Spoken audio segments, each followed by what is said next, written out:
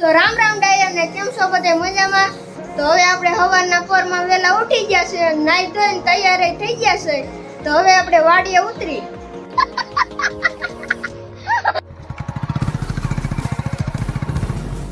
આ છે આપણો વાડીનો રસ્તો. થોડો કેવો વરસાદ આવી ત્યાં ગારો ગારો થઈ જાય. મોદીને ફોન કરીને કેવું પડશે અહીંયા રોડ બને નાખી, નકર આપણને ફાય છે નહીં કઈ. હિમે અકાઈ દો, નકર આ ગારામાં ક્યાંક પડશું ને તો ટાટિયા બાટિયા બાંધશે. તો એમાં એવું છે કે આપણા મારકમાં નદીનું પાણી આવે ને એટલે મારક આખો ખરાબ થઈ જાય. કરવું જ ખરવું હું કાયમનું છે.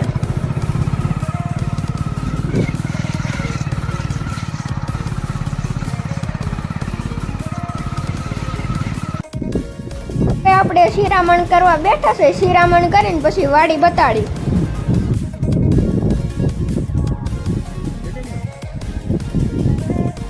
તો આ જોઈએ આપણી ટમેટી કેમ પણ જોરદાર ને. આ ટમેટી ને મરસી છે. જો એકવાર જોત ખરા.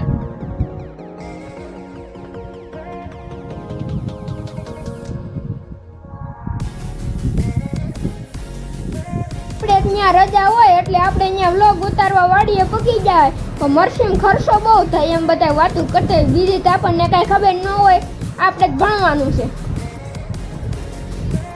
તો આ જોઈ લો આપણી મરસી હું કામ આલે છે ઈ તમને કહે. આપણી મરસી થળિયામાં માટી નાખવાનું કામ આલે છે. ઓલા ભાઈ કહે હું કરવા નાખે છે માટી. હું કામ નાખો થળિયે તો વરસાદ આવ્યો તો એટલે ખેતરમાંથી બધું મજૂર બહાર વહી આવ્યા છે.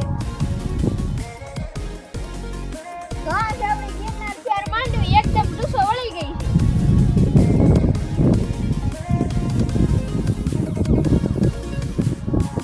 તો હવે આપણે માંડવી મકાઈ ઠકી દીધી. દોડ આવે ઠીક નકર ઈડું ખાઈ જાહે. આપણી આ ગિરનાર ચાર માંડવી કેવક ઉપાડીને દેખાડી કેવક ફાલ લાગ્યો છે.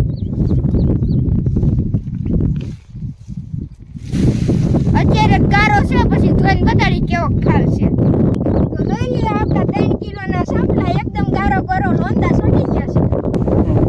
તો આપણે આ ગિરનાર ચાર માંડવી જોઈએ કેવો ફાલ લાગ્યો છે. તમારી માંડવી કેવો ફાલ લાગ્યો છે કોમેન્ટમાં કહેજો.